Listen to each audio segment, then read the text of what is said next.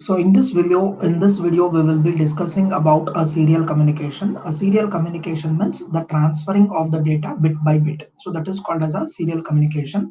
And parallel communication means the data will be completely sent all the bits at a time. So that is called as parallel communication. So one such type that we are discussing is I2C, which is also called as an inter-integrated circuit.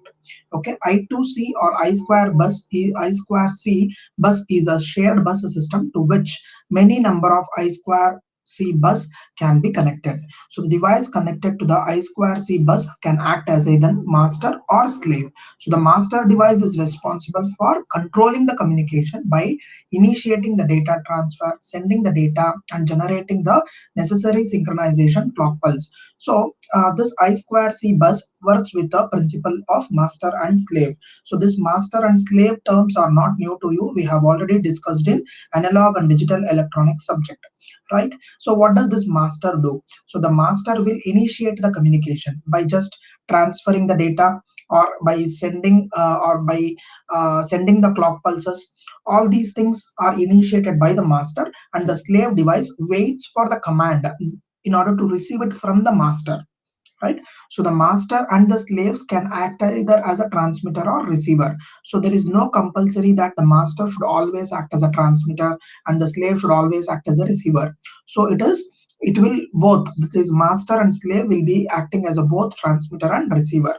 So the master, it has to act as a transmitter whenever it is writing the data, and the master should act as a receiver whenever it is reading the data from the slaves. So this is the I2C bus interfacing, which is there in your syllabus. If you just observe, this I2C is having the two important lines, that is SCL and SDA. So SCL is nothing but a serial clock line, and SDA is nothing but the serial data line. So in order to send the data, so SDA is required, and in order to send the clock pulses, SCL is required. So as I have already discussed, it can support a multi-slaves, and the master will be there in order to command these slaves. So how actually it will be working is, and again, before going to the working principle, so these lines are getting activated by providing the voltage through the resistors. Okay, in order to limit the, or in order to have the stable current flow, we are using the resistors, that is 2.2 kilo ohms. And SDA and SCL are the two lines that are being connected to the master and for each and every slaves. So SCL is used to send the synchronization clock pulses for slave 1 and slave 2 from the master. And in case if the master wants to, okay, in case if the master wants to have the transaction between the slave 2 and the master, then the appropriate address will be sent through the SDA line.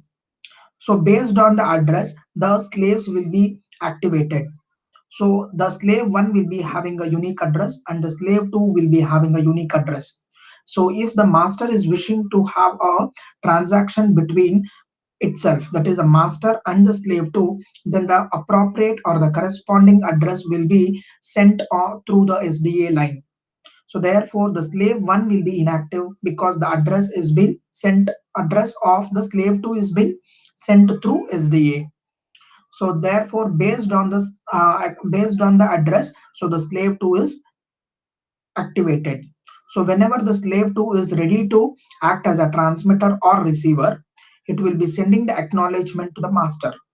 So based on the acknowledgement, the master may write the data or it may read the data. So it depends upon the type of the function it is willing to do it. So that is what they are telling here. The I2C bus interface is built around a input buffer and an open drain or a collector transistor. When the bus is in idle state, the open collector transistor will be in a floating state, and the output lines switch to the high impedance state. For a proper operation, we are providing the 5 volts, and the address of I2C bus is assigned by hardwiring the address lines to the device of the desired logic level. The operation is as follows. The master device pulls the clock line SCL to the high, Then the master device pulls the SDA low when SCL is high. So what they are trying to tell in these two lines is whenever the SCL is high, SDA will be low, and whenever the SDA is low, the SCL will be high. So the master device sends the address of the slave device to which it wants to communicate. As we have already discussed, so the device, the appropriate device will be sent through the SDA line. So by activating the necessary slave, it will start initiating the communication. So this is what about the I2C bus interface.